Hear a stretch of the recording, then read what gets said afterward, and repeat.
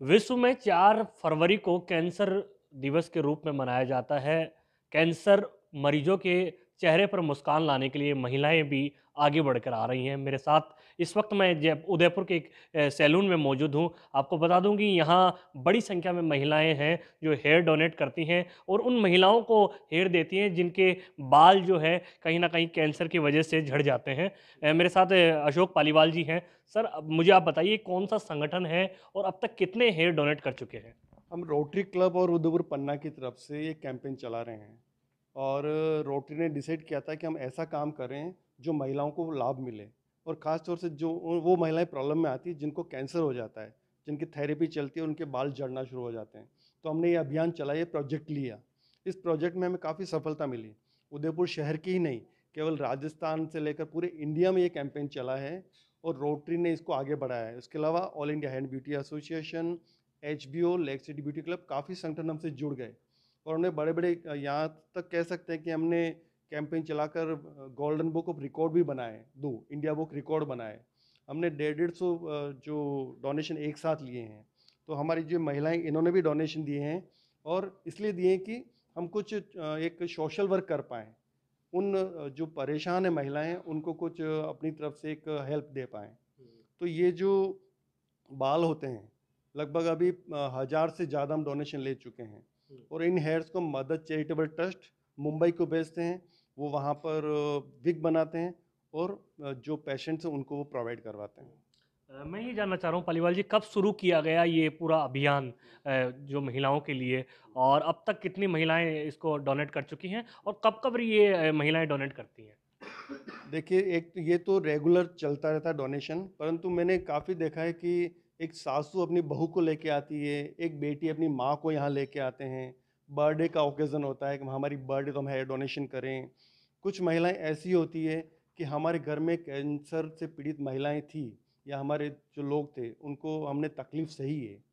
एक ऐसी महिला भी है जिनको खुद को कैंसर हुआ था और वो यहाँ पे डोनेशन दे के गई हैं।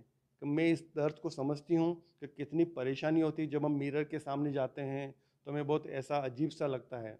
और हम देखते हैं कि महिलाएँ तो सौंदर्य का प्रतीक होती है, उनके लंबे बाल उन्हें बहुत पसंद होते हैं और उनके बाल का चला जाना उनको बहुत दर्द देता है। तो ऐसे माहौल में हमारे उदयपुर शहर की ख़ास तौर से महिलाओं ने काफ़ी सपोर्ट किया है। बुजुर्ग से लेकर यंग गर्ल्स, छोटे-छोटे बच्चों ने, यहाँ तक कि लड़कों ने भी हमें डोनेशन दिया है। कुछ महिलाओं से भी बात करते हैं। मैम, मैं आपसे जानना चाहूँगा, महिलाओं को बाल तो बड़े पसंद होते हैं, तो डोनेट करके एक महिला दूसरी महिला का दर्द समझती है? जी सर, एक डोनेशन देके हम दूसरी महिला की मदद कर रहे हैं ताकि उनको भी वो चीज़ नहीं लगे कि हमारे बाल नहीं हैं, तो हम उसके लिए मदद कर रहे हैं। डोनेट किए हुए बाल तो दोबारा आ जाते हैं, लेकिन जब डोनेट करने के बाद जो सुकून मिलता है, विंग बनता है और जो महिला पीड़ित जो महिला है वो पहनती है, तो उसको लगता है, तो आपके मन में क्या भावनाएं आती है? हमें खुशी होती है कि हाँ, उनके जो बाल गिर चुके हैं, रियल में तो आ नहीं सकते, लेकिन इसकी वजह से उनको वो चीज़ थोड़ा बहुत दर्द कम हो जाए। मैम, आपने भी डोनेट किया, आपकी मदर ने भी डोनेट किया है। डोनेट करने के पीछे क्या मकसद है और क्यों आप डोनेट किए? इसके पीछे सबसे बड़ा मकसद तो है फीलिंग्स।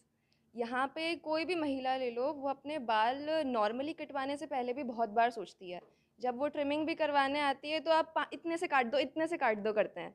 लेकिन जिन महिलाओं को कैंसर हो चुका होता है, उनको तो पता भी नहीं होता है कि हमारे बाल जाने वाले हैं और उनके पूरे ही बाल चले जाते हैं।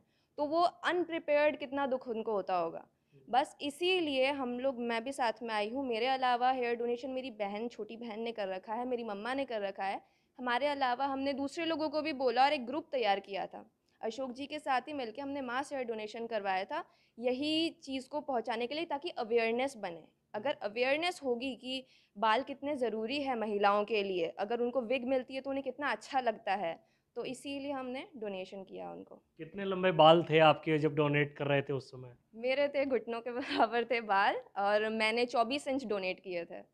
और मेरी बहन, छोटी बहन, उसके भी इतने ही लंबे थे, उसने 30 इंच डोनेट किए थे। कहाँ से प्रभावित हुए आप ये? ये हम लोग एक्चुअली, हमारे खुद के अगेन घर में कैंसर पेशेंट थे मेरे दादाजी काफ़ी पहले। तो इस वजह से हमने जब उनके वार्ड वार्ड में हम जाते थे उनसे मिलने करने, तब हम देखते थे बहुत सारे लोग वहाँ पे होते थे और कैंसर की कोई एज नहीं है। छोटी-छोटी बच्चियाँ भी होती थी और बड़े लोग भी होते थे और उन बच्चियों को भी जिनको बाल बहुत पसंद है, वो अब कैप लगा के पहनती थी।